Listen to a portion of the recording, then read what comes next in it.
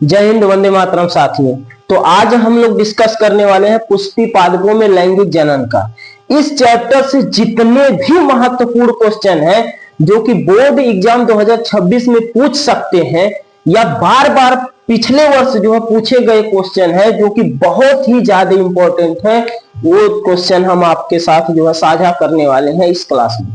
ठीक है, तो आज जो है आप क्या करिएगा, आज बेहतरीन ढंग से इन क्वेश्चन को जो है रिवीजन करिए, अच्छे से इसको पढ़िए, जो कि इस बोर्ड एग्जाम 2026 में आने ही वाले, इसी में से क्वेश्चन आएंगे पूरा का पूरा। जैसे होता है ना, हमारी बॉडी, हमारी जो शरीर होती है, इस शरीर में जो है हमको स्टैंड रखने के लिए हमारी रीढ़ की हड्डी काम आती है, जो कि एकदम क्या करती है, बॉडी को स्टैंड रखती है। अगर रीढ़ की हड्डी किसी की टूट जाए तो उसकी बॉडी खड़ी ही नहीं हो पाएगी, ठीक है ना, स्टैंड नहीं रह पाएगी।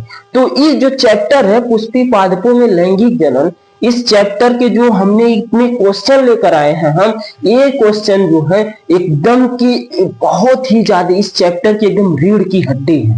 अगर इन क्वेश्चनों को हम क्या करते हैं, इस चैप्टर से हटा देते हैं तो इस चैप्टर में बचेगा ही कुछ नहीं, क्योंकि यही जो क्वेश्चन है, यही वो क्वेश्चन है जो बार बार के एग्जाम में पूछे जाते हैं, बार बार पूछे जाते हैं। हर साल जो है इन्हीं क्वेश्चन का क्या होता है, रिपीट होता है। क्यों? क्योंकि यही मेन है, ये है, और इस चैप्टर में कुछ है ही नहीं।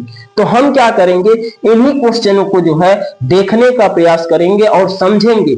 आप गौर से देखिएगा इसको, जो है आज एक ही क्लास में पूरा का पूरा चैप्टर आपका जो है रिवाइज होने वाला है। और साथ ही साथ अगर आप पढ़े हैं तो भी कोई बात नहीं है, तब और बेहतरीन से समझ में आएगा, और ना पढ़े हैं तो एकदम हम बेसिक से जो है शुरू करने वाले हैं। सेम टू सेम जैसे बता रहे हैं ऐसे अगर आप बोर्ड में लिख देंगे तो गारंटी है कि आपका अच्छा से अच्छा नंबर आएगा। बस आप ध्यान से समझिएगा, इन क्वेश्चन को ध्यान से देखिए। और क्या कर सकते हैं, इसका आप जो है इसका चाहे तो स्क्रीनशॉट भी ले सकते हैं, क्योंकि यही क्वेश्चन जो है आपके बोर्ड एग्जाम में जो है पूछने वाले हैं। आप देख लीजिएगा, यही क्वेश्चन जो है आपके बोर्ड एग्जाम में पूछेंगे। बात समझ में आ रही है? जैसे देखिए क्वेश्चन क्या है, पहला क्वेश्चन आपका हो जाएगा, आवृत बीजी पौधे में लघु बीजाणु जनन की प्रक्रिया। बार बार पूछा जाता भाई, बार बार यही सब क्वेश्चन पूछे जाते हैं इस चैप्टर से। या फिर आपसे क्या पूछ सकता है, नर युग्मकोद्भिद का विकास बताइए, लघु बीजाणु जनन क्या होता है, कैसे होता है, यही सब पूछता है। दूसरा क्वेश्चन हम लाए हैं, गुरु बीजाणु जनन की प्रक्रिया का वर्णन कीजिए। जो गुरु बीजाणु बनते हैं स्त्री केसर में, उसकी प्रक्रिया का वर्णन करना है। या फिर मादा युग्मकोद्भिद पर टिप्पणी लिखना है। ये क्वेश्चन कई बार पूछ चुका है, ठीक है। तीसरे क्वेश्चन को अगर आप देखेंगे तो है, आवृत बीजी पौधे में द्विनिषेचन की प्रक्रिया का सचित्र वर्णन कीजिए। भाई साहब 2019 से लेकर 2024 तक लगातार पूछा जाने वाला क्वेश्चन है। कौन सा क्वेश्चन? आवृत बीजी पौधे में द्विनिषेचन या दोहरा निषेचन क्या होता है, सचित्र वर्णन कीजिए। या आपसे पूछ सकता है कि एक स्वच्छ बीजांड का जो है नामांकित चित्र बनाइए। ऐसे क्वेश्चन आपके यहाँ पूछे जाते हैं, बार बार पूछा जाता है। तो बहुत ही ज्यादा इंपॉर्टेंट क्वेश्चन है, बहुत ही ज्यादा इंपॉर्टेंट, ठीक है ना। अगला क्या है, परागण क्या है, वर्णन कीजिए, कितने प्रकार के होते हैं, ठीक है। ये सब आपको पूछने वाला है। या पर परागण से क्या लाभ होता है, पन परागण से जो है हानियां क्या होती है, परागण होता क्या है, ये पूछने वाला है, ठीक है। अगला क्वेश्चन हम लाए हैं जो कि क्या है, अनिषेक जनन एवं बहुभ्रूणता पर टिप्पणी लिखना। अनिषेक जनन क्या होता है, बहुभ्रूणता क्या होती है, तो ध्यान से रहिएगा, गौर से इस क्लास को करिएगा। इसके बाद जो है केवल एक क्लास में जो है इन सब क्वेश्चन को हम जो है डिटेल से करने वाले हैं, अच्छे से करेंगे। बात समझ में आ रही है ना। तो सबसे पहले जो है हम क्या करने वाले हैं, सबसे पहले जो है हम इन क्वेश्चनों का जो है अध्ययन करेंगे, ठीक है ना।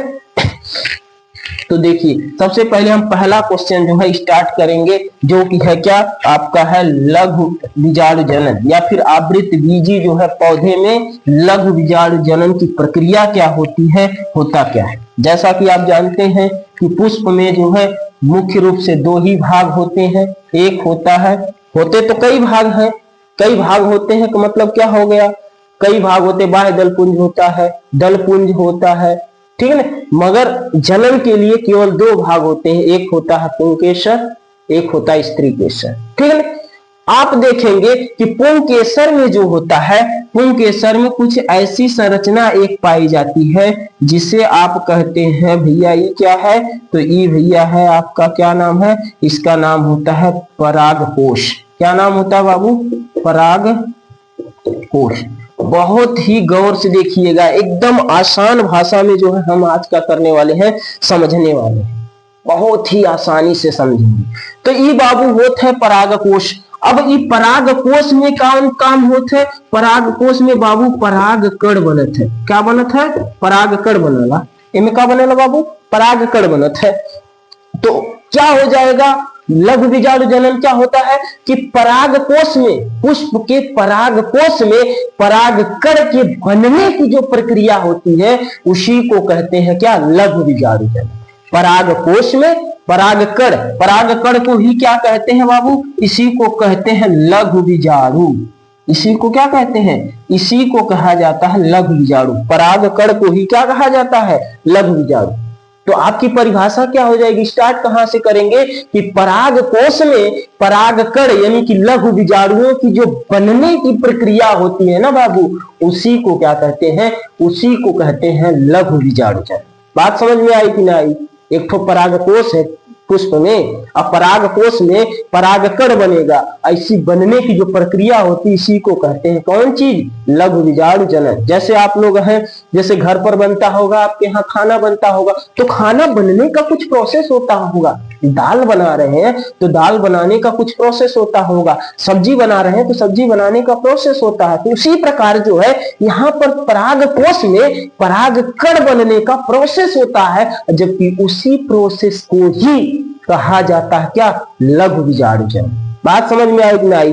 अब ये लघु बीजाणु जनन होता कैसे है, इसी चीज को हम समझने वाले हैं, यही जो है हमारे यहाँ पूछा है, ठीक है ना।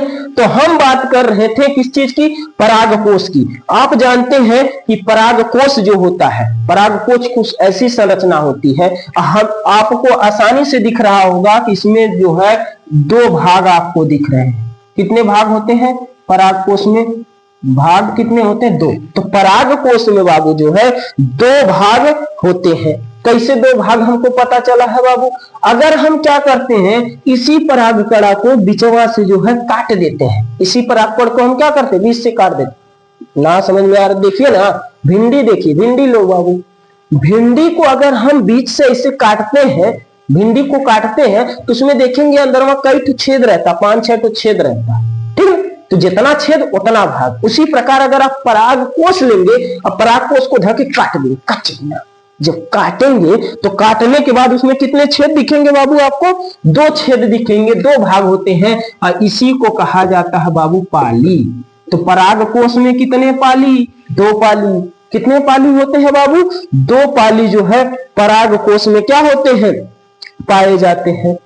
अब जब हम इस परागकोश को काटेंगे तो काटने के बाद देखिएगा कुछ ऐसी संरचना जो है आपको मिलेगी।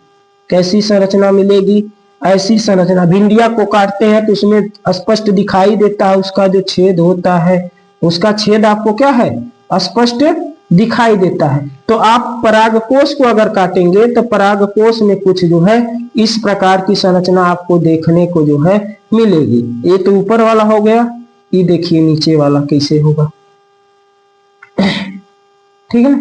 कुछ ऐसी संरचना आपको देखने को जो है मिलेगी, ठीक है ना। ऐसी संरचना कुछ आपको देखने को मिलती है। तो अब जो ऐसी संरचना आपको देखने को मिल रही है, यही वाली जो संरचना है ना बाबू, भिंडिया को काटे, काटने के बाद ऐसी संरचना दिखी। तो एक पाली ऊपर वाला था, तो एक पाली में जो है देखिएगा, ये वाला एक पाली था, तो एक पाली में जो है, एक पाली में दो ठो आपको क्या नहीं करेंगे, दिखेंगे किनारे। एक पाली में कितने किनारे दिखेंगे, दो किनारे दिखेंगे भैया। अब इसी प्रकार दो पाली में कितने हो जाएंगे, तो दो दूना 4 किनारे हो जाएंगे। कितना किनारे हो जाएंगे बाबू, 4 गो। देखिए ना 4 किनारा, 1 2 3 4, कितने किनारे आपको दिख रहे हैं, 4 गो किनारे जो है आपको यहाँ पर दिखने लगेंगे। ध्यान दीजिएगा, इन्हीं चारों किनारों को कहा जाता है कौन चीज, कोष्टक। इन्हीं चारों को क्या कहा जाता है, कोष्टक कहते हैं रे बबुआ। देखो ध्यान से, हमने कुछ नहीं किया, क्या किया, एक ठो परागकोश लिया, परागकोश को देखे हैं कि इसमें दो ठो जो है भाग दिख रहे थे, जिसे हमने कह दिया बाबू ये पाली है, ये क्या है भैया, पाली है। अब परागकोश को ध के बिचवा से काट दिए, काटने के बाद हमने क्या देखा कि जो एक पाली था, एक पाली में जो है दो किनारे हमें देखने को मिल गए। इसी प्रकार हमारे पास दो पाली थी, तो दो पाली में कितना किनारे हो गए, 4 गो किनारे हो गए ना।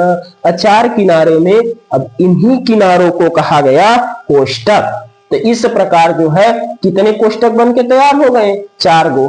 ध्यान दीजिएगा, गौर से देखिएगा, इन्हीं चारों कोष्टकों को जो है लघु बीजाणुधानी कहते हैं। इन्हीं कोष्टकों को ही क्या कहते हैं, लघु बीजाणुधानी। क्या कहते हैं बाबू, इन्हीं चारों कोष्टकों को जो है क्या कहते हैं, इन्हीं चारों के चारों कोष्टकों को जो है लघु बीजाणुधानी के नाम से जो है जाना जाता है। बात समझ में आई कि ना आई। अब इसी को थोड़ा सा हम जूम कर लेते हैं बाबू हो, अपना पास इस वो वाला डिजिटल बोर्ड तो है ना कि हम जूम करके दिखाएं, ये देखो बाबू ये हो रहा है। तो जो कुछ करना है हमें हाथ से ही करना है ना, तो आप समझने का प्रयास करिएगा। होता क्या है कि इसी को जब हम जूम करेंगे तो आप देखिएगा कुछ ऐसी संरचना आपके यहाँ बन के तैयार हो जाएगी, ठीक है ना। कुछ ऐसी संरचना जो है आपकी बनकर क्या हो जाएगी, तैयार हो जाएगी। देखिए इसको, ऐसी संरचना बनी तो एगो लघु बीजाणुधानी इधर, एगो इधर, एगो इधर और एगो लघु बीजाणुधानी हो जाएगी आपकी यहाँ पर। तो टोटल कितनी लघु बीजाणुधानी हो गई बाबू, 4 गो जो है क्या बन के तैयार हो गई आपकी, लघु बीजाणुधानी। आपसे कभी कभी पूछ देता है कि लघु बीजाणुधानी का सचित्र वर्णन कीजिए, तो यहीं तक बनाकर आपको वर्णन कर देना, ठीक है ना।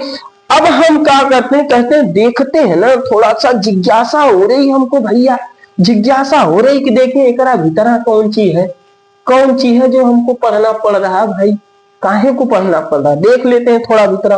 तो हम क्या देखते हैं, सबसे ऊपर से स्टार्ट करते हैं। तो देखते हैं पहले उसके ऊपर एक परत होती है जिसे हम कहते हैं बाह्य परत। क्या कहते हैं बाबू, बाह्य परत, या फिर इसी का नाम दिया गया है बाह्य चोल।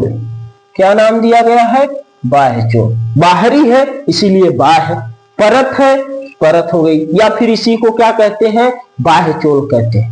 ध्यान दीजिएगा, पराग कण जो होता है ना, उसके ऊपर सबसे ऊपरी परत जो होती है वो होती है बाह्य चोल, जो कि बनी होती है, किसकी बनी होती है भैया, ये बनी होती है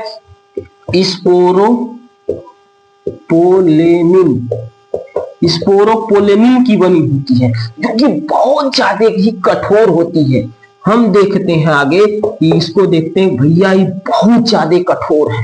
कठोर कैसे है, कहे कि एकदम धूप में धरदा, एकदम तापमान हाई कहदा कोनो फर्क ना पड़त, एकदम ठंडा कहदा तब वो कोनो फर्क ना पड़त है, अम्ल में भिगो दा तब वो कोनो फर्क ना पड़त है, क्षार में भिगो दा तब वो कोनो फर्क ना पड़त है। मतलब इका है कि बहुत ही ज्यादा बाह्य चोल मजबूत है, बहुत ज्यादा कठोर है, बहुत ज्यादा जो है क्या करती है, सुरक्षा करती है इसकी परागकण की, ठीक है ना। अब इसके भीतर कहीं थोड़ा और अंदर जाते हैं ना, इसकी परतिया के अंदर देखें कि भैया एक और परत है, इस परतिया के अंदर हम देखें तो एक और परत है। इस परत का नाम दे दिया गया भैया कौन चीज है, ये है अंतःस्थिसियम।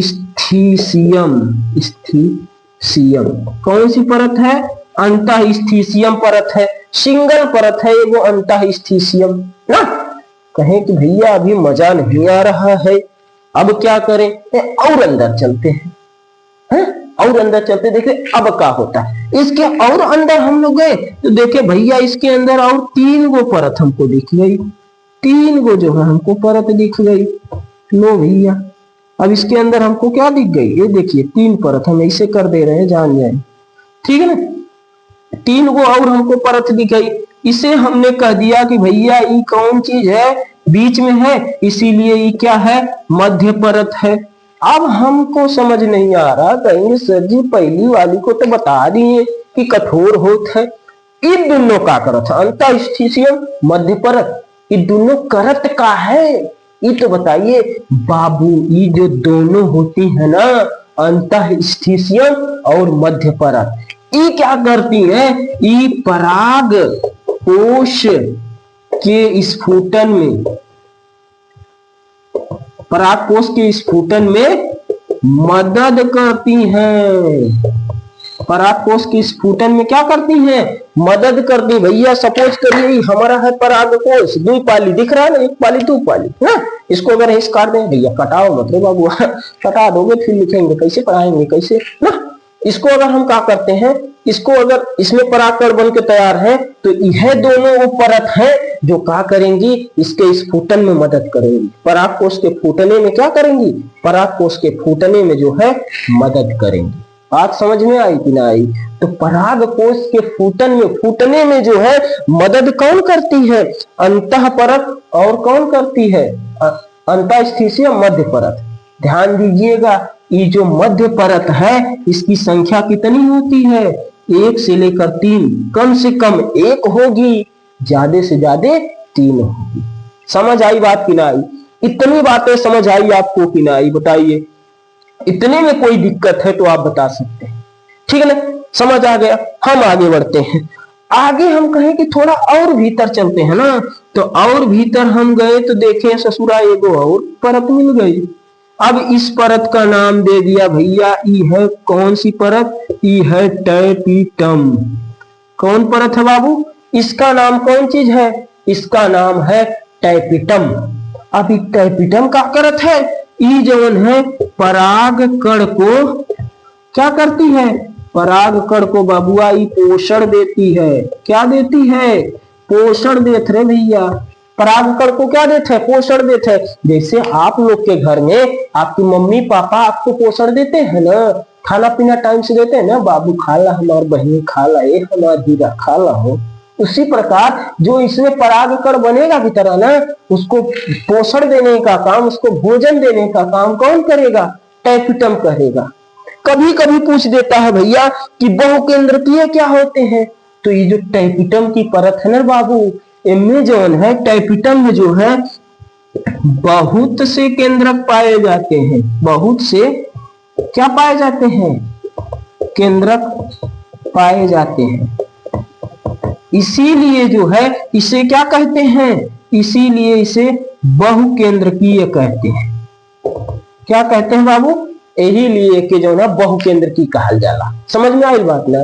बहुकेंद्रकी काहे कहल जाला? काहे कि उनमें बहुत से केंद्रक है, इसीलिए ओके क्या कहा जाता है?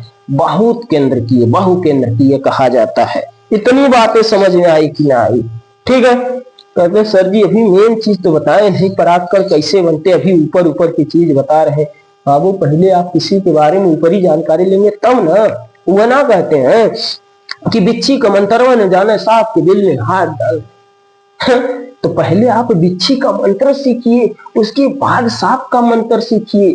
सांप के जहर काटने का मंत्र सीखेंगे तब ना उसके दिल में हाथ डालेंगे कि डर के मारे हाँ मैं सांप काटू ले, तब कोई फर्क पड़े वाला ना ना। पहले के जो हमारे लोग थे कहावत बहुत जबरदस्त बोलते थे। इसी प्रकार था कि भाई बिच्छी का मंत्र आप जानिए, सांप को जो है अगर काट लिया है, डंक मार दिया है, तो उसके जहर का मंत्र जानिए, तब जो है उससे पंगा लीजिए ना। समझ में आई बात ना? तो उसके बाद हम चलते हैं इसके भीतर। अब इसके भीतर हम जाते हैं तो बाबू इसमें देखते हैं बहुत सारे जो है ऊतक पाए जाते हैं। लो भैया क्या पाए जाते हैं बाबू? बहुत ढेर के ऊतक पाए जाते हैं। इसमें बहुत सारे जो है क्या पाए जाते हैं? ऊतक पाए जाते हैं। और इन ऊतकों को कहते हैं लघु बीजाणु ऊतक। क्या कहते हैं बाबू? लघु बीजाणु ऊतक। क्या कहते हैं? लघु बीजाणु ऊतक। अब आप अच्छे से जानते हैं कि ऊतक जो होते हैं वो कोशिकाओं के बने होते हैं। जानते हो कि ना बाबू? जानते हो? ना जानते हो तो अब जान लो। जो ऊतक होते हैं कोशिका के बने होते हैं। अपने शरीर ही देखो ना, अपनी शरीर, आपकी शरीर किससे बनी है? कोशिकाओं से। जब समान कोशिका मिलती है तो ऊतक बनता है, कई ऊतक मिलते हैं तो अंग बनता है, और कई अंग आपस में जुड़ जाते हैं तो अंग तंत्र मतलब शरीर बन जाती है। उसी प्रकार यहाँ पर बहुत सारे लघु बीजाणु ऊतक पाए जा रहे हैं। तो ये बने किसके होंगे? ये बने होते हैं लघु बीजाणु मातृकोशिका से। किससे बने होते हैं बबुआ? ये बने होते हैं लघु बीजाणु मातृकोशिका से बने होते हैं। किससे बने होते हैं? लघु बीजाणु मातृकोशिका से जो है बने होते हैं। मान लिया हमने भैया ये लघु बीजाणु मातृकोशिका है, तीनों को हम ले रहे हैं। तो इसमें हम क्या देखते हैं कि जो लघु बीजाणु मातृकोशिकाएं होती हैं, ये क्या करती हैं? ये आपस में जुड़ी होती हैं। आपस में क्या होती है? ये आपस में क्या होती है बबुआ? ये आपस में जो है जुड़ी होती है। ये आपस में क्या होती है बाबू? ये आपस में जो है जुड़ी होती है। तो सर जी बताइए ये आपस में काहे जुड़ी हैं? इसलिए जुड़ी होती हैं बाबू काहे कि पोषक पदार्थों का आदान प्रदान करती हैं। जैसे देख लीजिए आपके अड़ोसी पड़ोसी में है, तो आपका जिससे भी पटता होगा, अभी आपके घर क्या हो गया, किसी चीज की कमी हो गई, मतलब इमरजेंसी में ना है, चाय पत्ती ना है, थोड़ा मोड़ा चीनी ना है, ठीक ना, हल्दी ना है, मिर्चा ना है, तो ऐसे जो छोटी नॉर्मल चीजें होती है वो आदान प्रदान कर देते हैं ना। या इमरजेंसी में कोई आ गया, भाई बिस्किट वगैरह ना पानी देना है, तो बिस्किट भी मांग लेंगे, तो भैया दे दो, पिला दो पानी, मीठा उठा पिला दो, खाना दे दो, मीठा उठा खा के पानी पिला दो कम से कम, ठीक है ना। तो ये भी लघु बीजाणु मातृकोशिकाएं जो होती हैं वो क्या करती हैं? पोषक पदार्थों का बाबू आपस में जो है आदान प्रदान जो है करती हैं। कहेंगे सर जी ये जुड़ी किससे होती है? देखो बबुआ, जुड़ी होती है ये किससे? ये जुड़ी होती है जीव द्रव्य तंतु के माध्यम से। जीव द्रव्य किसके माध्यम से जुड़ी होती है? जीव द्रव्य तंतु के माध्यम से जो है ये आपस में जुड़ी होती है ना। जैसे हम एग्जांपल लेते हैं एक फिल्म का, किसी भी फिल्म में आप देखेंगे तो दो जो है मेन होते हैं, एक होता है हीरो और एक होती हीरोइन ना। एक हीरो होता है और दूसरी हीरोइन होती है। अब हीरो और हीरोइन जो है शुरुआती दौर में, मान लीजिए ये हीरो है और ये हीरोइन है, तो शुरुआती दौर में ये आपस में बात नहीं करते हैं, नहीं कर पाते हैं, कहीं शर्म लगता है ना, कैसे कहीं कुछ हो जाए, तो तीसरे बंदे को, तीसरे कैंडिडेट को ये जो है पकड़ लेते हैं। जो क्या करता है, इस हीरोइनिया का बतिया इसको बताएगी, अपनी हीरोइनिया ये जाके हीरोइया को बता देगा, हीरोइया अपनी बतिया इसको बताएगा, ये जाके हीरोइनिया को बता देगा। तो डायरेक्ट बात नहीं हो पाती। फिर धीरे धीरे जैसे जैसे जैसे जैसे प्रोसेस गुजरता है तो धीरे धीरे आपस में बात करने लगते हैं, फिर इसको दरकिनार कर देते हैं, भैया तुमसे मतलब है नहीं है ना। समझ रहे हैं बात को ना। तो अब क्या होता है, दिक्कत क्या है बाबू, कि जब तक जो है क्या होता है, जब तक इन कोशिकाओं में, लघु बीजाणु मातृ कोशिका में पोषक पदार्थों का आदान प्रदान होता रहता है, तब तक जो है इसमें क्या नहीं बनेगा, तब तक इसमें बाबू पराग कण नहीं बन पाएगा। क्या नहीं बन पाएगा? पराग कण इसमें नहीं बन पाएगा। तो होता क्या है, इसी को कहते हैं बाबू कुदरत का करिश्मा या फिर विज्ञान का चमत्कार है। यही साइंस है। होता क्या है कि इन जो जीव होती है कोशिकाएं, लघु बीजाणु मातृ कोशिका, इसके ऊपर जो है चढ़ जाता है कौन चीज, एक परत चढ़ जाती है। नहीं तो वाली जो अभी कहानियां बता रहे थे हीरो हीरोइन वाली, ध्यान दीजिए। होता क्या है कि जैसे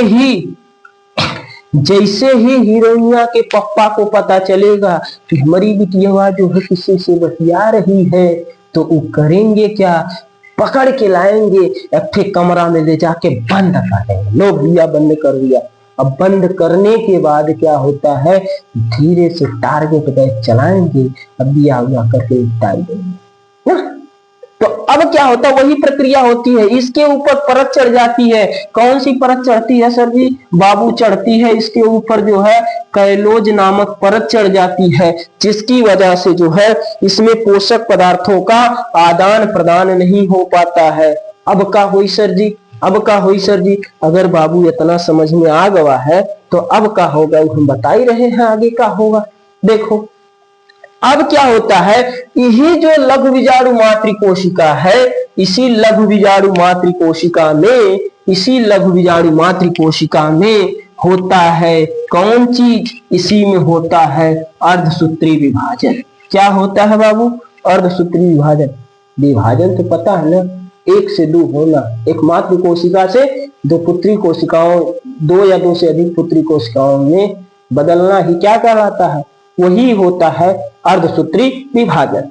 देखिए अगर ये मात्र कोशिका है, मान लीजिए इसमें 20 गुणसूत्र है, तो जब ये अर्धसूत्री विभाजन होगा तो अर्धसूत्री विभाजन जो है दो चरणों में पूरा होता है। एक होता है अर्धसूत्री विभाजन प्रथम, इसमें जो है एक से दो कोशिका बनेंगी और दोनों कोशिका में गुणसूत्रों की संख्या आधी हो जाती है ना, समझ आई बात? अब जो है दूसरा विभाजन होता है अर्धसूत्री सेकंड। अर्धसूत्री सेकंड जब होता है तो इसमें क्या होती है, पुनः इससे दो हो जाएंगी, पुनः इससे दो हो जाएंगी, इससे भी दो होंगी, इससे भी दो होंगी और इसमें गुणसूत्रों की संख्या जो है 10-10 होगी। क्योंकि अर्धसूत्री विभाजन सेकंड जो होता है वो सेम टू सेम किसके होता है बाबू? वो सेम टू सेम समसूत्री विभाजन के समान होता है। समझ आई बात की ना आई? तो अर्धसूत्री विभाजन यह एक ऐसा विभाजन है जो केवल और केवल जो है जननी कोशिकाओं में ही होता है। तो यहाँ पर एक लघु बीजाणु मात्र कोशिका से जो है 4 गो जो है पुत्री कोशिकाएं जो है या बन के क्या हो गई? तैयार हो गई। इसी को कहते हैं बबुआ, ये क्या बन के तैयार हो गया? ये बन के तैयार हो गया कौन चीज? परागकण क्या हो गया? बनकर तैयार हो गया। परागकण क्या हो गया बाबू? परागकण जो है ये बन के क्या हो गया? तैयार हो गया। परागकण बन के आपका यहाँ पूरा का पूरा क्या हो गया? तैयार हो गया। आगे क्वेश्चन क्या पूछा था? नर युग्मकोद भिद का निर्माण समझाइए। भैया नर युग्मकोद भिद का निर्माण क्या हो जाएगा? देखिएगा जो परागकोश होता है, परागकण परागकोश से स्वतंत्र होने से पूर्व ही अंकुरित हो जाते हैं। ये सब परागकण बन के कहाँ तैयार होंगे? जो अभी हम बताए थे परागकोश में, इसमें ये सब प्रक्रिया हो रही है। इसी में बन के क्या तैयार हो गए हैं? ढेर सारी लघु बीजाणु मात्र कोशिका थे, तो ढेर सारे परागकण जो है बन के तैयार हो गए। अब परागकोश फूटेगा उसके पहले ही क्या हो जाएगा? उसके पहले ही जो है ये जो परागकण है ये क्या हो जाएंगे बाबू? ये हो जाएंगे आपके यहाँ अंकुरित। क्या हो जाएंगे? ये हो जाएंगे अंकुरित। अंकुरित हो गए। अब क्या होता है? जब अंकुरित हो जाते हैं तो इनका केंद्रक जो होता है वो क्या करता है? समसूत्री विभाजन। असमसूत्री विभाजन बबुआ करके ये 2 गो केंद्रक बना लेता है।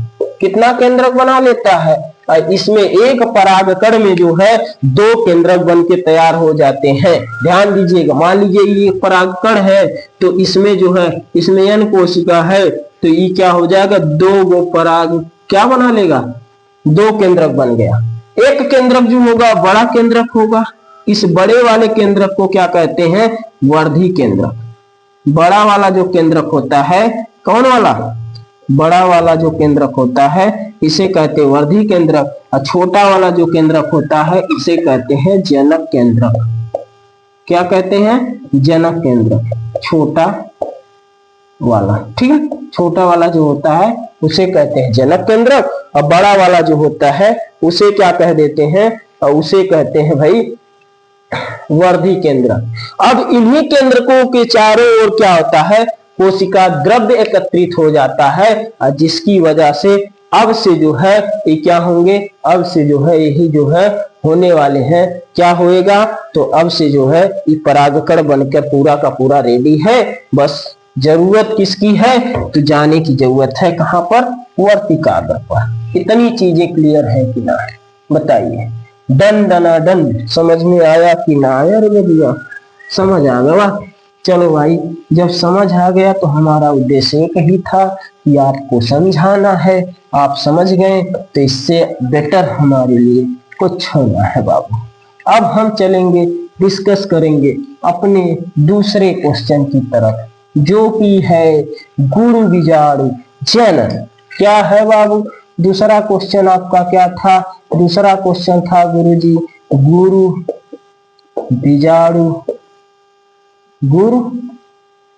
बीजाणु जनन। देख भैया, जिस प्रकार इसमें गुरु बीजाणु जनन क्या होता है, जिस प्रकार लघु बीजाणु जनन हुआ, लघु बीजाणु जनन में परागकण बने हैं, उसी प्रकार गुरु बीजाणु जनन है।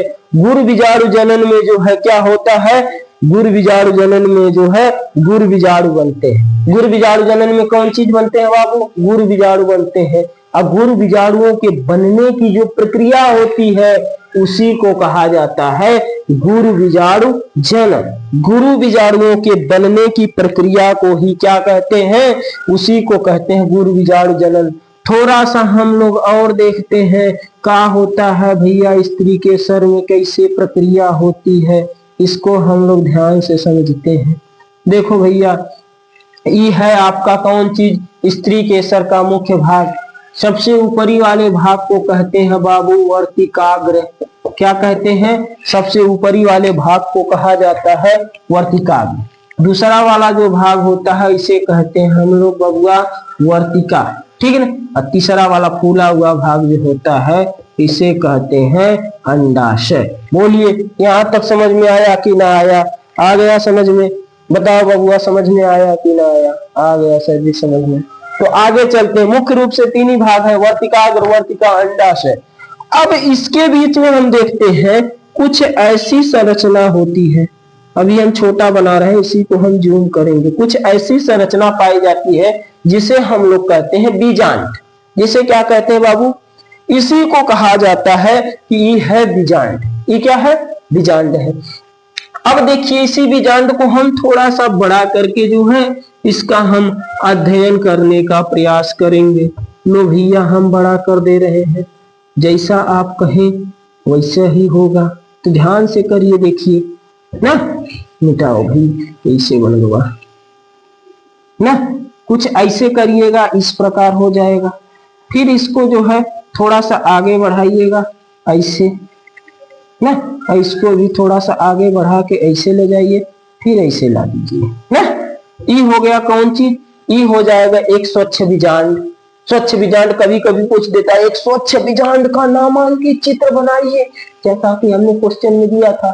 और नामांकित चित्र बनाना है तो नाम के लिए सबसे पहले आते हैं इसके द्वार पर, इसे कहते हैं बबुआ, इसे कहते हैं बीजांड द्वार। इसे क्या कहते हैं बाबू, इसे कहते हैं हम, कहते हैं भैया इसका नाम है बीजांड का, बीजांड द्वार नाम है। आगे जब बढ़ते हैं तो देखते हैं ये वाली कड़ी जो है अंडाशय से जुड़ने का जो प्रयास कर रही है, इसे कहते हैं, इसका नाम है अपरा।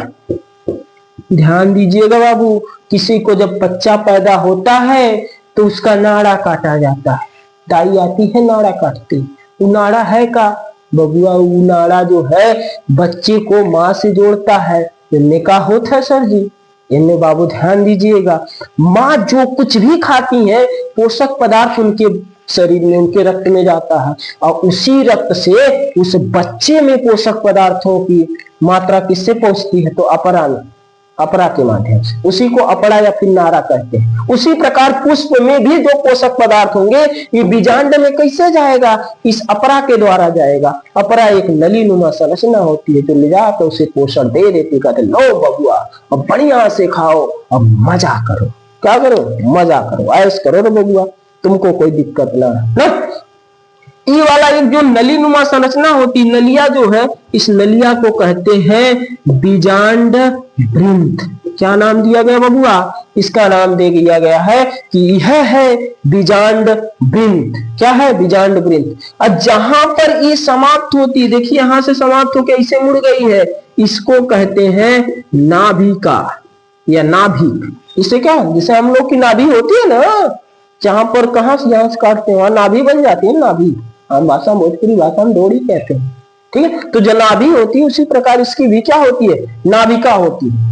अब इसके ऊपर देख रहे होंगे आप, क्या चीज देख रहे हैं सर जी, इसके ऊपर परत है, दो दो को परत है, इन परतों को क्या कहते हैं सर जी, इन परतों को कहते हैं अध्यावरण। बबुआ क्या कहते हैं, इन परतों का नाम दिया गया है, कौन चीज नाम है, तो इनका नाम है अध्यावरण है। सर जी बीजांड बताए रहे, इस बीजांड से होता क्या है, इस बीजांड से बीज बनता है रे बाबू। जैसे आम खाते हो ना, आम का गुठलिया जो होता है वह बीज है, ठीक है ना। तो ये बीजांड की संरचना ये रही। और इसके जो पिछला भाग होता है, पिछला जो भाग होता है ना, इसे कहते हैं निभार। इसे क्या कहते हैं बाबू? तो इसका नाम होता है क्या? निभार। अब हम अगर इसके अंदर देखते हैं तो इसके अंदर ढेर सारी जो है छोटी छोटी छोटी छोटी छोटी छोटी छोटी छोटी क्या होती हैं? कोशिकाएं यहाँ पर पाई जाती हैं। छोटी छोटी जो है कोशिकाएं पाई जाती हैं, जिन्हें जो है कहा जाता है कि ये है बीजांडकाय। क्या नाम है बाबू इसका? बीजांडकाय। ध्यान से देखिए, जो छोटी छोटी कोशिकाएं पाई जाती हैं उसको क्या कहते हैं बाबू?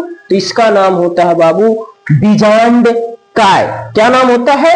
बीजांडकाय होता है। तो जो छोटी छोटी कोशिकाएं होती हैं, इन छोटी छोटी कोशिकाओं के समूह को ही कहा जाता है कि क्या है भैया? ये है बीजांडकाय। यही क्या है? यही बीजांडकाय। अब हम ध्यान से देखेंगे तो इसी में एक जो कोशिका होती है वो थोड़ा बड़ी होती है। एक कोशिका क्या होती है? बड़ी होती है। और इसी बड़ी कोशिका को क्या कहते हैं? इसी बड़ी कोशिका को कहते हैं गुरु बीजाणु मातृ कोशिका। क्या कहते हैं? गुरु बीजाणु मातृ कोशिका। ठीक है ना? गुरु बीजाणु मातृ कोशिका के नाम से जाना जाता है। आप तो भली भांति जानते हैं, आप भली भांति जानते हैं कि जो बड़े आदमी होते हैं, अमीर होते हैं, वो हमेशा अपने से गरीब को दबाते हैं, कमजोर को दबाते हैं। दूसरे को छोड़िए ना, अपना एग्जाम्पल लीजिए। आप अगर हट्टे कट्टे हैं तो आपसे जो क्या होगा? आपसे जो कमजोर होगा, कहेंगे ज्यादा थोड़ा सा भी बोले हमारा तड़ाक नहीं लगता। आपसे कोई ताकतवर है ना, वो एकाध बार डांट भी देगा तभी कहेंगे का फायदा, बुद्धा की जड़ दे हम ही के दूठे ना। समझ रहे हैं ना? तो हमेशा बड़ा आदमी जो होता है छोटे आदमी को जो है क्या करता है बाबू? दबाने का काम करता है। बड़ा आदमी जो होता है छोटे आदमी को हमेशा दबाने का काम करता है। कई बात सर जी का बता रहे हैं, सब सामाजिक बातें हैं, मगर बाबू रिलेट करिएगा। ये जो बड़ी कोशिका होती है जिसे गुरु बीजाणु मातृ कोशिका कहते हैं, ये अगल बगल की कोशिकाओं से जो है क्या करती है? अगल बगल की कोशिकाओं से जो है पोषक पदार्थ ले लेती है। क्या लेती है? पोषक पदार्थ लेकर और ज्यादा मोट हो जाता, और ज्यादा बड़ी हो जाता। देखिए ना आपके गांव का प्रधानी का चुनाव, प्रधान जी जो होते हैं शुरुआत में बहुत गरीब होते हैं, कच्चा मकान, मिट्टी का मकान है भैया। गांव वालों ने सपोर्ट करके उनको प्रधान बना दिया, सबके गोड़ पर गए, कचा कच गिरे। कहे भैया हमको वोट दे दो, भैया भैया हमको वोट दे दो, हम आपका जो है क्या करेंगे? भला करेंगे। अब भला कौन करेंगे? अपने घर का करेंगे, अपने नात रिश्तेदार का करेंगे। जितना गोड़ धरे हैं उतना गोड़ धरवाएंगे। कैसे? भैया ही क्या करते हैं, पहले तो वोट लेकर बन गए प्रधान जी, मुखिया जी बन गए। अब बनने के बाद क्या होगा कि जाएंगे किसी का लैट्रिन का पैसा खा जाएंगे। अरे लैट्रिन का पैसा कहने का सेंस क्या है? किसी के लैट्रिन का पैसा आया तो उसने ओह में से पूछ दा, क्यों कवास आया है तो ओह में से पूछ दा, नाली खनवावे तो ओह में से पूछ लेंगे, पोखरी पोखरा खनवाना किसने से भी कुछ चाहिए। तो मतलब हर में से पोषक पदार्थ लेकर अपनी बिल्डिंग तैयार कर लेंगे। जो कच्चा मकान रहेगा उसको ध्वस्त करवाएंगे, बिल्डिंग तैयार करके 4 व्हीलर लेके एकदम पूरा प्रधान जी हो जाएंगे। अगले चुनाव में वही प्रधान जी कहेंगे अब हमको जो है किसी का उपकार की जरूरत ना है, अब वो पैसा से वोट खरीदेंगे। वाह लो भैया, दारू मुर्गा बटेगा, आराम से जो है कमाना स्टार्ट। ठीक है ना? प्रधानी में जो है खूब खर्चा करेंगे। समझ रहे हैं कि ना? अब देखिएगा इसी गुरु बीजाणु मातृ कोशिका जो यहाँ पर है वो बड़ी हो गई। इसी बड़ी गुरु बीजाणु मातृ कोशिका में क्या होता है बाबू? इसी में अर्धसूत्री विभाजन होता है। क्या होता है? अर्धसूत्री विभाजन। अर्धसूत्री विभाजन अभी हमने आपको जो है लघु बीजाणु जनन में भी बताया। इसमें क्या होगा? पहले 2 कोशिकाएं बनेंगी, अर्धसूत्री विभाजन। अर्धसूत्री विभाजन फर्स्ट में, जो कि इसमें मान लीजिए इसमें 46 गुणसूत्र है, इसके गुणसूत्र आदि हो जाएंगे 23। समझ गए कि ना? अब जब होगा कौन चीज? अर्धसूत्री विभाजन द्वितीय जब होगा तो इसमें गुणसूत्रों की संख्या जो है कितनी होगी? इसमें भी 23 होगी, क्योंकि अर्धसूत्री विभाजन द्वितीय जो होता है वो क्या होता है? वो समसूत्री के समान होता है रे बबुआ। तो किसके समान होता है? उस समसूत्री विभाजन के समान होता है। समझ आई बात की ना आई? तो इस प्रकार जो है 4 गो यहाँ पर क्या बन के तैयार हो गई? 4 गो जो है पुत्री कोशिकाएं बन के तैयार हो जाती हैं। अब बन के जब तैयार होती हैं तो जाकर बीजांड में जो है ऐसे ही जाकर क्रम वाइज से जो है सज जाती हैं। लो भैया ला के हम यहाँ पर सजा दिए। चारों को जो है पुत्री कोशिकाएं आकर यहाँ पर क्या हो गई? सज जाती हैं। अब क्या होता है सर जी बबुआ? अब क्या होता है? किसी कारणवश ये जो 3 कोशिकाएं होती हैं बीजांड द्वार की तरफ की, ये तीनों की तीनों कोशिकाएं जो होती है बबुआ ये हो जाती है नष्ट। कहेंगे यार सर जी का हम इतना मेहनत से बनाए हैं कि नष्ट कर दिए। बबुआ हम ना बनाए हैं, यही प्रक्रिया होती है। ये भी तो प्रश्न हो सकता है कि काहे जो है बीजांड द्वार की साइड की ही कोशिकाएं नष्ट होती हैं, इधर से काहे न तीनों नष्ट हो गई?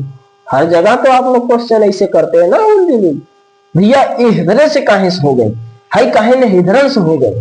काहे न हेके लेके है हो गई नष्ट?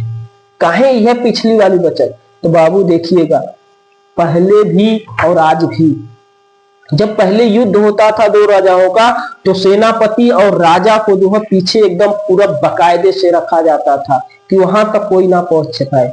अगर पूरी की पूरी सेना बची है, राजा को ही मार दिया जाएगा तो उसकी सेना बच के कुछ नहीं कर पाएगी, वो जो है जीत जाएगा विपक्षी दल का। ठीक है, तो अपने राजा को जो है क्या करते हैं? बहुत सुरक्षित रखा जाता है। देख लीजिए ना मोदी चच्चा को, उनको कितना सेफ्टी दी गई एसपीजी कमांडो के तहत। तो वही होता है। तो अब जब ये 3 कोशिकाएं खत्म हो गई तो भैया इसकी बातें खत्म करो। बची है आपके पास क्या? बची है सर जी एक कोशिका बची हमारे पास, एक जो है कोशिका बची है, एक अंड कोशिका बची है। अब इसी अंड कोशिका में क्या होगा बबुआ? इसी अंड कोशिका में जो है बार बार जो होता है समसूत्री विभाजन होता है। कौन सा विभाजन होता है बाबू? इसी में होता है बार बार समसूत्री विभाजन होता है।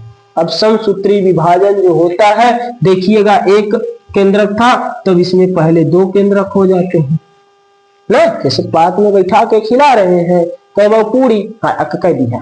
फिर उसके बाद आए, फिर उसके बाद कहा ना औरी चाहिए प्रथम बार, द्वितीय अर्धसूत्री विभाजन होगा तो इससे भी 2 गो बन गई, इससे भी 2 कह बस ले औरी करेंगे हम तो भैया तीसरा विभाजन कर दे रहे हैं।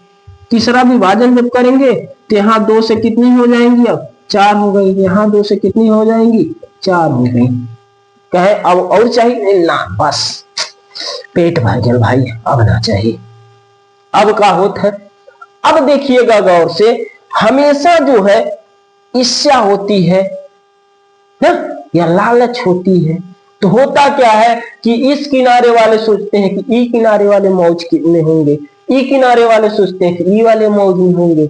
इसीलिए ये क्या करता है, एक वो अपना चोरी से भेज देता, कहो बाबू जो तई देख के आओ सब सही है कि ना। ई वाला भी भेजता, कहता है जाओ देख के आओ सही है, वो सब कैसे है, मतलब बेहतरीन ढंग से रहे कैसे। अब जब ये दोनों आते हैं और दोनों आके यहीं पर अपना बिचवे में घर बसा लेते हैं, कहते ना हम उधर जाएंगे ना उधर जाएंगे, हमको बिचवे में सही है, के जाए कच कच कच कच कर। अब बिचवे में सही है। तो अब यहाँ से बची 3, यहाँ पर भी बची कितना? 3। अब इनके ऊपर भी कोशिका द्रव्य फैल जाता है। लो भैया अब इसके ऊपर भी क्या हो गई? कोशिका द्रव्य जो है लग गया। इसके ऊपर भी कोशिका द्रव्य लग गया और इसके ऊपर भी क्या लग जाएगा बाबू? इसके ऊपर भी कोशिका द्रव्य लगकर क्या हो जाएगा? तैयार हो जाएगा। ठीक है ना। लो 3 कोशिका इधर, 3 केंद्रक उधर ना, 3 कोशिका इधर, 3 केंद्रक इधर, 1 कोशिका यहाँ, 2 केंद्रक यहाँ। तो इस प्रकार जो है एक ही इसमें देखिएगा एक बीजांड जो है, एक बीजांड में क्या होता है कि 3 3 6 1 7 कोशिकीय कितना कोशिका बन के तैयार होगा? इसी का विस्तृत किया ना। देखिए 3 गो इधर, लो भैया, और 3 गो इधर द्वार की तरफ, 3 गो निवार की तरफ, 3 गो द्वार की तरफ, एक ठो बीच में ना। यही बन के आपकी क्या हो गया? तैयार। एक स्वच्छ बीजांड जो बन के आपका क्या हो जाएगा? तैयार हो जाएगा। देखिए एक स्वच्छ बीजांड का जो है आपको चित्र भी चाहिए तो यही है आपका चित्र। एक स्वच्छ बीजांड का चित्र जो है आपका क्या हो जाएगा, यही हो जाएगा। इस प्रकार जो है इसमें लघु बीजाणु बन के क्या हो गए हैं बाबू, तैयार हो गए हैं। बस इसका नाम दे देना है। जो ये तीनों कोशिकाएं होती हैं इसे कहते हैं प्रतिमुख कोशिका। क्या नाम दिया गया है इसको बाबू, इसका नाम है प्रतिमुख कोशिका। इसमें एक कोशिका जो होती है इसका नाम होता है कौन चीज, अंड कोशिका। एक कोशिका का क्या नाम होता है, अंड कोशिका। और दो कोशिकाएं जो होती हैं इनका नाम होता है सहायक कोशिका। क्या नाम होता है बबुआ, इनका नाम होता है सहायक कोशिका। और जो बीच की होती है इसका नाम होता है ध्रुवीय कोशिका। ध्रुवीय कोशिका, कौन सी कोशिका, ध्रुवीय कोशिका होती है। बीच की कोशिका का क्या नाम होता है, ध्रुवीय कोशिका। अगर आपसे पूछ देता है कि एक स्वच्छ बीजांड का जो है आप चित्र बनाइए, तो स्वच्छ बीजांड का नामांकित चित्र ये रहा आपकी स्क्रीन पर। मन करे तो स्क्रीन शॉट ले सकते हैं। अब हम चलेंगे अपने नेक्स्ट क्वेश्चन की तरफ, ठीक है बाबू। अब हम बात करने वाले हैं अपने अगले क्वेश्चन की, जो कि है द्विनिषेचन का सचित्र वर्णन करना। द्विनिषेचन कभी कभी क्या पूछ देता है कि दोहरा निषेचन का सचित्र वर्णन कीजिए। कभी कभी पूछता है कि क्या नाम है, आवृत बीजियों में दोहरा निषेचन कैसे होता वर्णन कीजिए। कभी पूछता है आवृत बीजियों का जो होने वाला दोहरा निषेचन उसका सचित्र वर्णन। क्वेश्चन पूछने का तरीका अलग हो सकता है, मगर जहां पर आपको द्विनिषेचन या दोहरा निषेचन मिल जाए वहां पर जो हम बताने वाले हैं वो समझिए। देखिएगा, स्त्री केसर के मुख्य रूप से 3 भाग होते हैं। जो ये ऊपरी वाला भाग होता है इसे कहते हैं वर्तिकाग्र। क्या कहते हैं बाबू, इसका नाम होता है कौन चीज, इसका नाम होता है वर्तिकाग्र। और जो ई वाली होती है इसका नाम होता है वर्तिका। ध्यान से समझिए, जैसे बता रहे हैं वैसे आपको लिख देना, चित्र ऐसे ही बनाना, सचित्र वर्णन करना, ठीक है। अब अभी हम पहले ही बताए थे गुरु बीजाणु जनन में बीजांड की संरचना भी बताए थे। तो ये बताए थे कि यहाँ पर जो संरचना होती है, जो द्वारनुमा संरचना है, इसे कहते हैं बाबू आपका बीजांड द्वार। क्या नाम होता है इसका, इसका नाम होता है बबुआ, एकरा नाम है बीजांड द्वार, ठीक। और ये वाली जो संरचना होती है, अगर अपना देखें थोड़ा, इसमें हम फास्ट बताएंगे इसकी संरचना। अगर ना समझ में आए तो पिछला जो है पीछे का भी बैक करके फिर से देख लीजिएगा, ठीक है।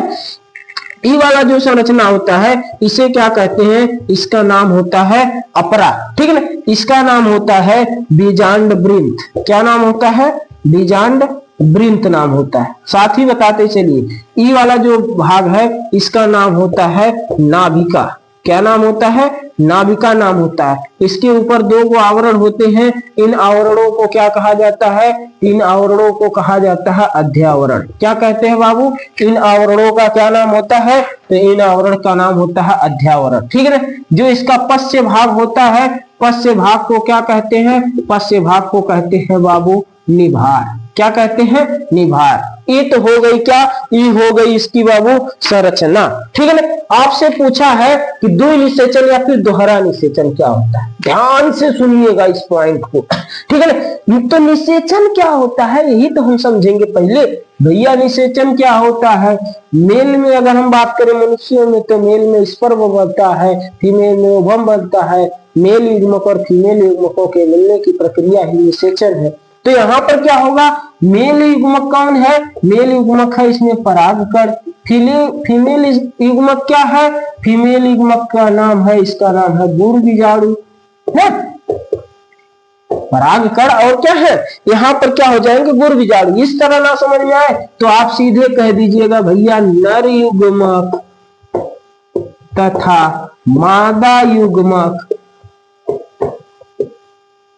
नर युग्मक तथा मादा युग्मकों के जो मिलने की प्रक्रिया होती है ना, उसी को कहते हैं निषेचन। उसी को क्या कहते हैं, उसी को कहते हैं बाबू निषेचन कहा जाता है। तो अब ये दोहरा निषेचन का होते है सर जी, आप तो निषेचन बता रहे हैं, क्वेश्चन पूछा दोहरा निषेचन, हमको ऐसा उल्लू समझे हैं का, ना बबुआ आपको उल्लू हम समझ जाए, ऐसा हो नहीं सकता है, समझ रहे हैं ना। तो अब क्या करेंगे, ध्यान से सुनिए। जब परागकण स्फुटन होता है, जब परागकोश फूटता है तो इसमें से परागकण स्वतंत्र होते हैं। अब परागकण जब आता है वर्तिकाग्र पर, परागकण कहाँ आता है, वर्तिकाग्र पर। जब ही परागकण आता है तो यहां से जो है तुरंत एक नलिका का जो है निर्माण हो जाता है। किसका निर्माण होता है बाबू? एक नलिका का जो है क्या हो जाता है? एक नलिका का जो है निर्माण हो जाता है। अब जब एक नलिका का जो है निर्माण होता है तो इस नलिका में आप देखेंगे कि इसमें जो हो क्या होते हैं? नर युग्मक होते हैं। कितने नर युग्मक होते हैं? सर जी आप तो 2 ठो बता रहे हैं और 2 ठो हमको दिख भी रहे हैं। बहुत बढ़िया दिख रहा है और बहुत बढ़िया बता भी रहे हैं। तो पराग नलिका का जब तुरंत यहाँ पर पराग कण आकर गिरेगा तो तुरंत जो है इसमें एक पराग नलिका का जो है क्या हो जाता है? निर्माण हो जाता है। और एक पराग नलिका का जब निर्माण होता है तो इसमें 2 नर युग्मक होते हैं और धीरे धीरे ये पराग नलिका अपने धीरे धीरे रफ्तार से प्रवेश कर जाती है। कहां पर? बीजांड में। अब बीजांड में आप जानते हैं यहाँ पर कितनी है? ऊपर की तरफ 3 कोशिकाएं हैं, नीचे की तरफ भी कितनी कोशिकाएं हैं? 3 कोशिकाएं हैं। ठीक है ना। ऊपरी वाली कोशिका को कहते हैं प्रतिमुख कोशिका। कैसी कोशिका? प्रतिमुख कोशिका। ठीक है ना। और निचली वाली जो होती है, एक होती है क्या नाम है? एक का नाम है अंड कोशिका। एक का क्या नाम? अंड कोशिका। और 2 कोशिकाओं का क्या नाम होता है? इनका नाम बताए थे सर जी आप, सहायक कोशिका। इनका क्या नाम होता है? सहायक कोशिका। जब दोनों नर युग्मक को ही प्रवेश हो जाते हैं इसमें तो दोनों नर युग्मक को यहाँ पर क्या करता है? छोड़ देता है। दोनों नर युग्मक यहाँ पर छूट गए। बीच वाली कोशिका कौन सी थी? बीच वाली थी सर जी ध्रुवीय कोशिका। बीच की कौन सी थी? ध्रुवीय कोशिका। हुआ क्या? परागकण आया वर्तिकाग्र पर। वर्तिकाग्र पर जब आया तो धीरे धीरे पराग नलिका का निर्माण हुआ और पराग नलिका के माध्यम से दोनों नर युग्मक कहाँ आ गए? बीजांड में आ गए। यहां तक क्लियर है कि ना है बबुआ? अब देखिएगा जो पहला नर युग्मक था, फर्स्ट कौन चीज? नर युग्मक। फर्स्ट नर युग्मक जो था वो क्या करता है बाबू? ई मिल जाता है अंड कोशिका के साथ। किसके साथ मिलता है? अंड कोशिका के साथ मिलकर ई जो है बना लेता है कौन चीज? जाइगोट, जिसे आप हिंदी में कहते हैं युग्मनज। क्या बना लेता है? युग्मनज बना लेता है सर जी। ठीक है। पहला नर युग्मक जो था वो ये जो अंड कोशिका थी इसके साथ मिलता है, निषेचन होता है, क्या बनाता है? युग्मनज, जाइगोट बन जाता है। अब दूसरा नर युग्मक का क्या होगा रे बाबू? देखो भैया क्या होगा। अब दूसरा नर युग्मक जो होता है कहता हम थोड़ी कम है। दूसरा नर युग्मक जो है पा जाता है ध्रुवीय कोशिका को। अब ये ध्रुवीय कोशिका के साथ मिल जाता है। किसके साथ मिलता है? ध्रुवीय कोशिका के साथ। अब ध्रुवीय कोशिका के साथ मिलकर जो है ये किस चीज का निर्माण करता है? सर जी ये कर देता है निर्माण भ्रूण कोश का। भ्रूण कोश का क्या कर देता है? निर्माण कर देता है। हम आपको पहले बताए थे नर युग्मक मादा युग्मकों के मिलने की प्रक्रिया को ही क्या कहते हैं? निषेचन कहते हैं। पहला नर युग्मक अंड कोशिका के साथ मिला, अंड कोशिका के साथ मिलकर जाइगोट बना लिया। ये जाइगोट जो होता है टूयन होता है। कहे कि यन जो है नर युग्मक था और यन जो है अंड कोशिका टूयन। यहाँ पर दूसरा नर युग्मक मतलब यन प्लस ध्रुवीय कोशिका में 2 गो आपको दिख रहे होंगे केंद्रक, इसीलिए 2n बराबर 3n। तो भ्रूण कोश में जो है आपसे ऑप्शनल में पूछता है भ्रूण कोश में जो है कितने केंद्र की होता है? तो ये होता है 3n होता है। कौन सा होता है? 3n होता है। ये रहा आपका दोहरा निषेचन। क्यों दोहरा निषेचन कहते हैं? कहे कि एक ही बीजांड में जो निषेचन की प्रक्रिया है ना बाबू वो 2 बार होती है। एक ही बीजांड में निषेचन की जो प्रक्रिया होती है वो 2 बार होती है, इसीलिए इसे कहते हैं दोहरा निषेचन। बात समझ में आई कि ना आई? बताइए इतनी बात क्लियर है या ना है? अगर क्लियर है तो हम आगे बढ़ते हैं। ठीक है ना। एक ही बात एक ही लाइन में समझना है। देखिए यहाँ आया कौन चीज? पराग कण आया। पराग कण तुरंत क्या कर लिया? पराग नलिका का निर्माण किया, अंकुरित हो गया और दोनों नर युग्मक को छोड़ दिया बीजांड में। दोनों नर युग्मक जब बीजांड में आए तो पहला नर युग्मक अंड कोशिका के साथ मिला, जाइगोट बना लिया, युग्मनज बना लिया 2n। दूसरा नर युग्मक जो है ध्रुवीय कोशिका के साथ मिलकर भ्रूण कोश 3n बना लिया। तो एक ही बीजांड में निषेचन की जो प्रक्रिया थी वो 2 बार होती है, इसीलिए इसे जो है दोहरा निषेचन कहा जाता है। यही इसीलिए ये सचित्र चित्र हो गया और वर्णन तो हमने कर ही दिया, समझ में आ गया, ठीक है। अगला जो हम चलते हैं अगला क्वेश्चन की तरफ, जो कि बहुत ही ज्यादा इंपॉर्टेंट है, बहुत ही ज्यादा इंपॉर्टेंट है। अगला आपका टॉपिक, ठीक है, वो है आपका परागण। क्या होता है परागण? परागण क्या होता है, परागण होता कैसे है, ठीक है ना।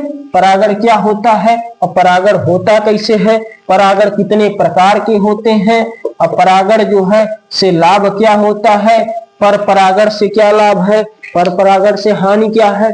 जितने भी आपके क्वेश्चन हैं, आपके मन में जितने भी सवाल है ना बबुआ, वो सब क्लियर होने वाले हैं। परागण क्या होता है, ठीक है ना। तो गौर से देखिएगा, एकदम बेहतरीन ढंग से जो है हम समझाने का प्रयास करेंगे। बाबू देखो, एक चीज हम आपको बताए थे, आपको अभी लघु बीजाणु जनन में पीछे ही हम आपको बताए हैं कि ई जो होता है, एक होता है परागकोश, और परागकोश में जो है क्या बनते हैं, इसमें बनते हैं परागकण। क्या बनते हैं बाबू, ई परागकण बनते हैं। एक होता है पुष्प का भाग होता है, जिसे हम कहते हैं स्त्री केसर। स्त्री केसर में जो है क्या होता है, वर्तिकाग्र होता है। पिछली बार तो पढ़ते आ रहे हैं, अभी पीछे से। ई होता है वर्तिका और ई होता है अंडाशय। तो परागण क्या होता है, परागण तो बता ही नहीं रहे हैं सर जी, हम बता ही रहे हैं, पहले समझो ना बबुआ, ठीक है ना, ध्यान से समझेंगे तो समझ आएगा। होता क्या है, इस परागकोश में जो ये परागकोश है, इस परागकोश में क्या बनता है, इस परागकोश में बनता है परागकण। अब परागकण बन के जब तैयार होता है तो परागकोश स्फुटन होता है, मतलब परागकोश ये जो परागकोशवा है फटेगा, और फटेगा तो इसमें जितने भी परागकण रहेंगे वो सब आजाद हो जाएंगे। वो सब क्या हो जाएंगे, वो सब के सब जो है परागकण आजाद हो जाएंगे, स्वतंत्र हो जाएंगे। तो होता क्या है कि परागकोश से परागकण निकलकर वर्तिकाग्र पर जाने की जो प्रक्रिया होती है, उसी को क्या कहते हैं, उसी को कहा जाता है बाबू परागकण, ठीक है। तो परागकोश से परागकण निकलकर वर्तिकाग्र तक पहुंचने की जो प्रक्रिया होती है, उसी को कहते हैं परागण। क्या कहते हैं बाबू, देखो यहाँ ही है परागकोश, तो परागकोश से हुआ क्या निकला, परागकोश से परागकण, परागकोश से परागकण क्या करके निकल कर, परागकोश से परागकण निकल कर कहां पहुंच रहा है, वर्तिकाग्र तक पहुंचने की प्रक्रिया को ही क्या कहते हैं, प्रक्रिया को ही क्या कहते हैं, इसे ही कहते हैं परागण। बात समझ में आई कि ना आई बबुआ। एक होता है पुष्प में पुंकेसर, पुंकेसर में जो होता है वो होता है मुख्य रूप से परागकोश। परागकोश में क्या बनता है सर जी, इसमें बनता है बाबू परागकण।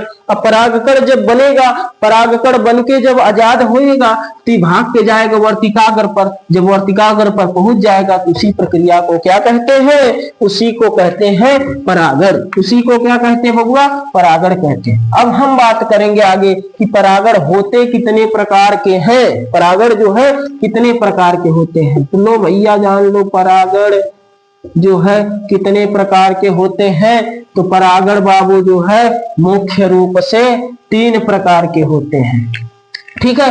पहला होता है स्वपरागण, पहला क्या होता है, स्वपरागण होता है। दूसरा क्या होता है, दूसरा होता है परपरागण, दूसरा क्या होता है, परपरागण। तीसरे की बात करेंगे तो तीसरा होता है बबुआ कृत्रिम परागण। ये तो हो गया नाम, सर जी ये भी परागण बताए, फिर इतना प्रकार कहां से आ गया। तो बबुआ जो है वो हम बता ही रहे हैं, परागण मुख्य रूप से 3 प्रकार के होते हैं। कितना प्रकार का होला बाबू, परागण 3 प्रकार का होला, ठीक है। पहला कौन होला, पहला होला पर स्वपरागण, दूसरा कौन होला, परपरागण, तीसरा का होला, तीसरा होला कृत्रिम परागण। इस स्वपरागण का, परपरागण का और कृत्रिम परागण ये कैसे हो गया, तो बबुआ देखो कैसे हो गया।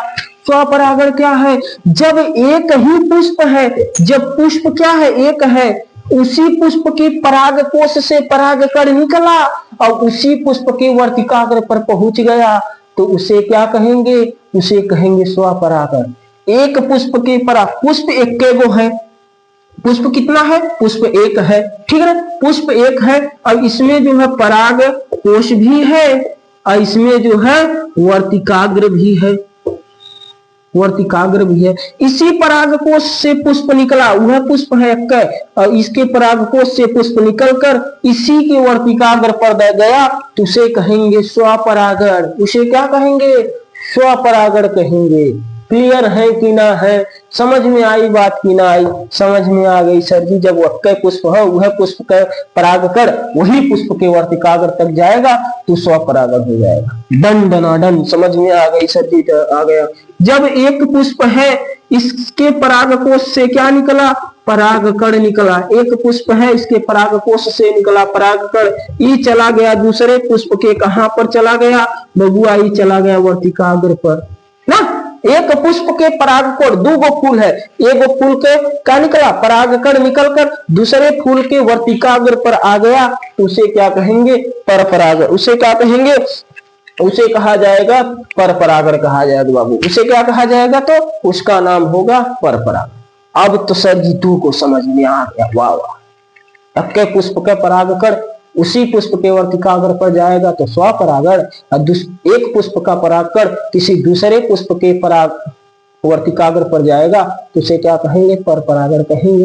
ये तो बात समझ में आ गई। अब कृत्रिम परागण का है, देख बबुआ एग्जाम्पल देखो, पहले ध्यान से सुनो। जो आपके यहाँ देखे होंगे बहुत से फल होते हैं, जैसे पपीता का एग्जाम्पल लेते हैं। पपीता फरता है तो उसको लोग ढक कर रख देते हैं। ऐसा क्यों होता है? कहे कि हमारा पपीतवा नजराए जाए सर जी, और नजराए जाए तो फिर बेकार हो जाए, ठीक है ना? सब लोग नजरा देगा, यही मारे हम ढाक के रखीला। बाबू उठ बतिया तनी मनी, हाँ, मगर मेन चीज साइंस क्या है उसके पीछे वो ढूंढने का प्रयास कीजिए। साइंस ये कहता है कि भैया कोई घटिया लक्षण वाला परागकण ना आ जाए। तो हम क्या करते, मान लीजिए हमारा कोई पपीता ही है जो छोटा छोटा फल रहा है, क्यों? क्योंकि उसका परागकण जो है छोटा लक्षण वाला है, छोटा फल बनाने वाला परागकण है। तो हम क्या करते हैं? किसी अच्छे नस्ल का परागकण लाते हैं। क्या करते हैं?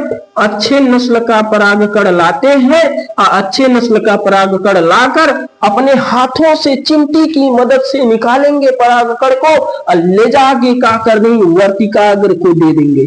कहेंगे लो बन्नी वर्तिकाग्र, अब तुम बड़ा बड़ा पपीता बनाओ। तो उसे क्या कहेंगे? परागण तो हुआ, मगर कराया किसने? हमने कराया। किसी बड़ा वाले पपीता का जो है परागकण निकाला चिमटी की मदद से, अल्लाह के छोटके वाले पपीता के वर्तिकाग्र पर डाल दिया, कल लोग बन्नी निषेचन करा के बड़ा बड़ा पपीता हमके दो तो ना।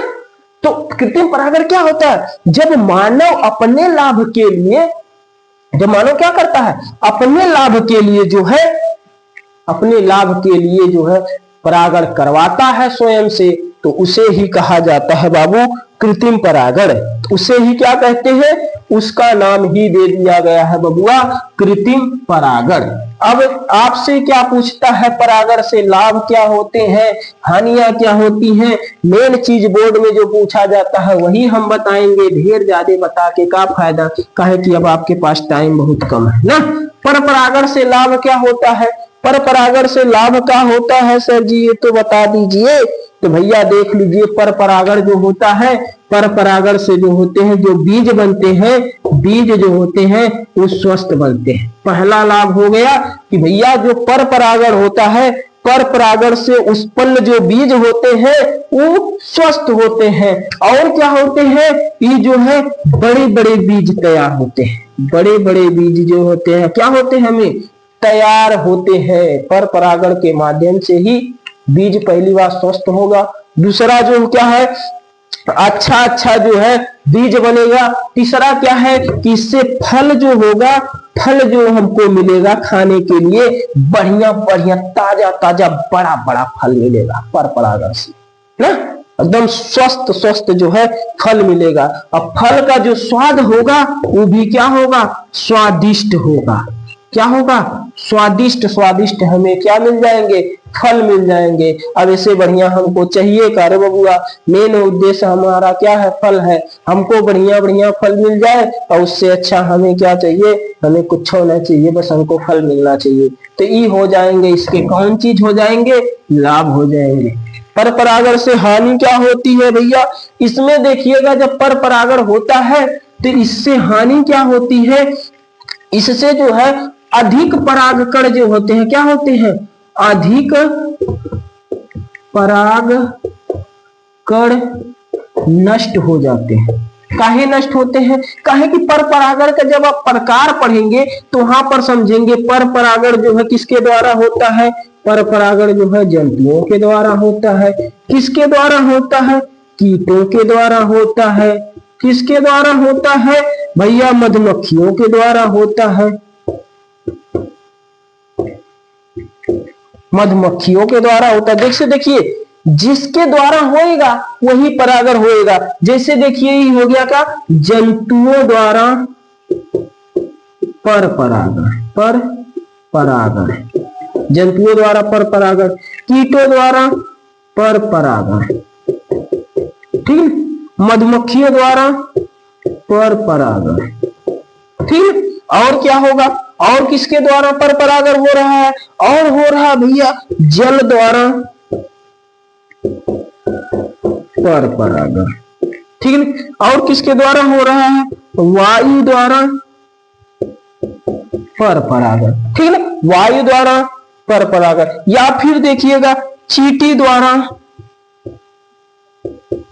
पर परागण, मतलब किसी ना किसी के द्वारा हो रहा है। इसमें हमने क्या कहा, अधिक परागकण नष्ट हो जाते हैं। कहेंगे हम कैसे माने, भैया देखो आनी चल रही है, परागकोश है ही फूटा, परागकोश जब फूटेगा तो आनी के साथ परागकण बह के जाएगा ना, एक के साथ ढेर का जाएगा। मगर किसी पुष्प के जब कहां पहुंचेगा, किसी पुष्प के वर्तिकाग्र पर पहुंचेगा तब न परागण होएगा। वर्तिकाग्र पर ना जाके हेन तेन कहीं और चल गया, नहीं मौसी आने चला जाएगा तो परागण होगा का, ना होगा बाबू, कतई ना होगा। तो क्या होता है, वायु के द्वारा बहकर चला गया वायु के साथ, तो वायु द्वारा पर परागण। चींटी क्या की है, किसी फूल पर आकर बैठी, परागकण उसके शरीर में लगा और वही जाकर किसी अन्य पुष्प के वर्तिकाग्र तक चली गई रेंगते हुए, तो चींटी द्वारा पर परागण हो जाएगा। और क्या हो गया, जल द्वारा, जल जो है क्या है, परागकोश का स्फुटन हुआ और जल की धारा आई अपने साथ परागकण को बहा ले गई और किसी वर्तिकाग्र पर ले जाके छोड़ दी, तो क्या हो जाएगा, जल द्वारा। मतलब बहा के ले जा रही का जरूरी है कि पनिया बहा के कहेगा हम तो कहा लेके चलो वर्तिकाग्र तक, गारंटी थोड़ी है इस चीज की कि खाली वहीं तक लेकर जाएगा, कहीं और लेकर चल जाएगा, खराब कर देगा, नष्ट कर देगा उसको, समझ रहे हैं ना। तो परागकण जो है इसमें ज्यादा क्या होते हैं, बर्बाद हो जाते हैं। मधुमक्खी आकर किसी पुष्प पर बैठी, किसी परागकोश पर बैठी और वहां से बैठने के बाद जो है फिर चल गई, कहीं और चल गई, तो परागकण नष्ट हो गए लेके, और वही मधुमक्खी लेकर चली गई उसके वर्तिकाग्र पर, तो परागण हो जाएगा, ठीक है ना। या फिर कीट द्वारा विभिन्न प्रकार के फतिंगे हो गए, जोल्हा हो गया, विभिन्न प्रकार के कीट जो होते हैं उस पर बैठते हैं उसको सूंघने के लिए, उसका रस चूसने के लिए, तो ये सब जाकर जब बैठेंगे तो उनके शरीर में, उनके पैरों में, उनके पंखों में परागकण लगेगा।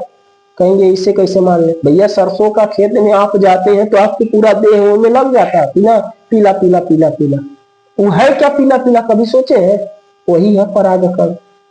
और वही है परागकण जब आपके ही शरीर में लग गया, आप किसी जा रहे थे और सरसों में किसी वर्तिकाग्र पर आपके शरीर से ही छटक गया, तो आपके द्वारा परागण हो जाएगा।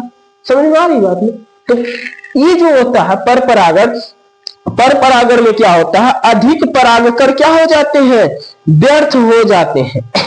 अब पर परागण की दूसरी क्या होती है, दूसरा हानि क्या है कि इसके लिए जो है, इसके लिए किसी ना किसी साधन की आवश्यकता पड़ती है, किसी ना किसी किसकी आवश्यकता पड़ती है, साधन की आवश्यकता पड़ती है। इसके लिए हमेशा किसी न किसी किसकी जरूरत पड़ती है, किसी न किसी जो है साधन की ही हमेशा आवश्यकता पड़ती है। बिना साधन के ना होगा, इसमें से कोई ना कोई चाहिए, तो जंतु चाहिए, चाहे कीट, चाहे मधुमक्खी, चाहे जल, चाहे वायु, चाहे चींटी, हमेशा किसी न किसी चीज की आवश्यकता पड़ती है। अगर वो ना होगा तो पर परागण होने वाला ना है। कोई जीव, कीट, पतिंगा ना, जल, वायु, कुछ ना कुछ इससे साधन चाहिए, अगर ना होगा तो होने वाला काम नहीं है। बात समझ में आई कि ना आई? ये रहा आपका आज का क्या नाम है ये टॉपिक। अगला क्वेश्चन ही था पर परागण। ठीक, अब इसके बाद जो है हम आगे डिस्कस करने वाले हैं बाबू, जो कि आपको बताए थे, क्या नाम था, किसके बारे में डिस्कस करना था, हमें डिस्कस करना था अनिषेक फलन।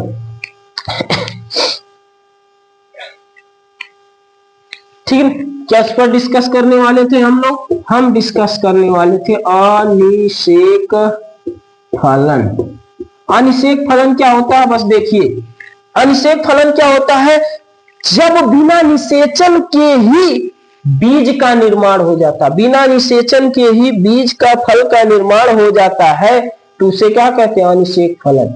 जब बिना निषेचन के क्या होता है, जब बिना निषेचन के ही फल का क्या हो जाता है, निर्माण हो जाता है, तो उसे अनिषेक फलन कहते हैं।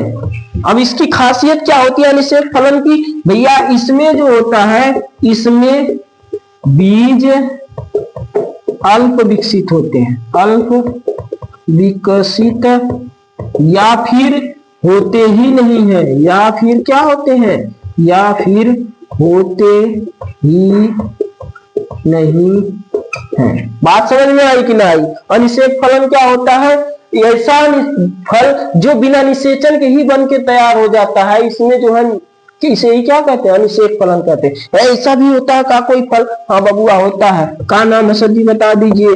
नाम आप जानते हैं अंगूर, और क्या नाम जानते हैं, केला।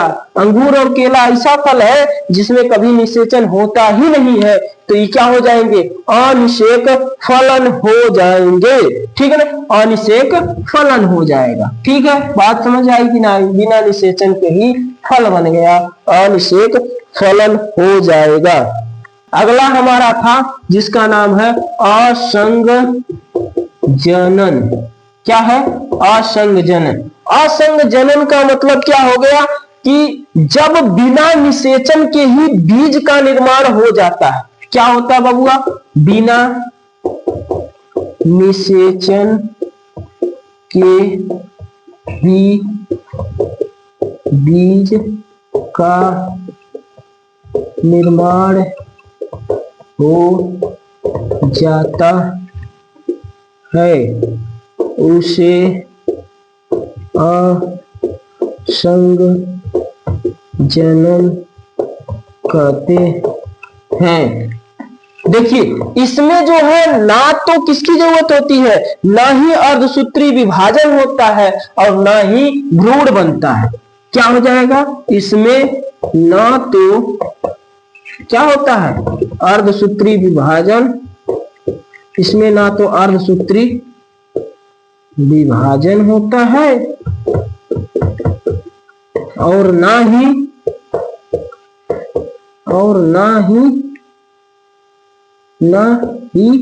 क्या होता है, ना तो अर्धसूत्री विभाजन होता है और ना ही भ्रूण बनता है। क्या नहीं बनता बबुआ, भ्रूण नहीं बनता है। इसे ही क्या कहते हैं, असंग जनन कहते हैं। जैसे देख लीजिए एग्जाम्पल के लिए बाबू, आपका है आलू।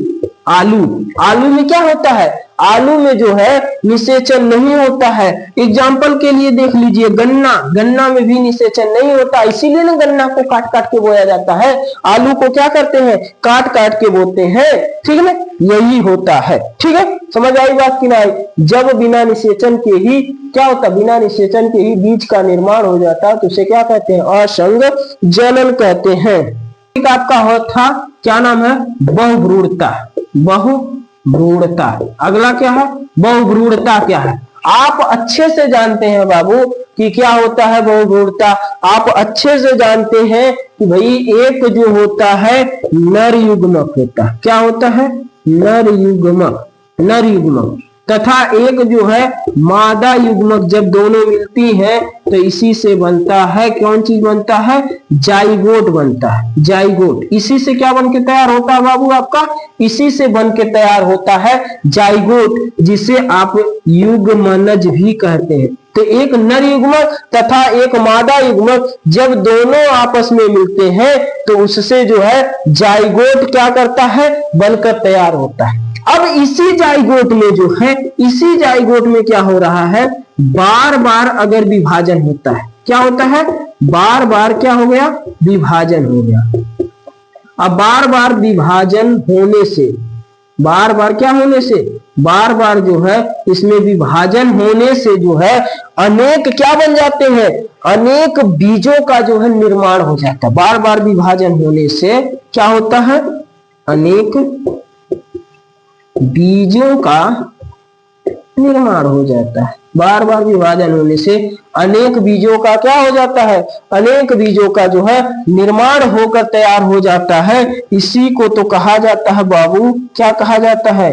बहुभ्रूणता। क्या कहते हैं बाबूआ? इसी को कहा जाता है बहुभ्रूणता।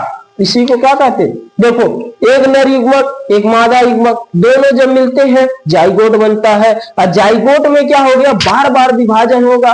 बार बार विभाजन होने से जो है अनेक बीज बन जाएंगे। जब अनेक बीज बन जाएंगे तो उन्हीं को कहा जाता है बहुभ्रूणता। आई होप आप समझ चुके हैं। ठीक है ना?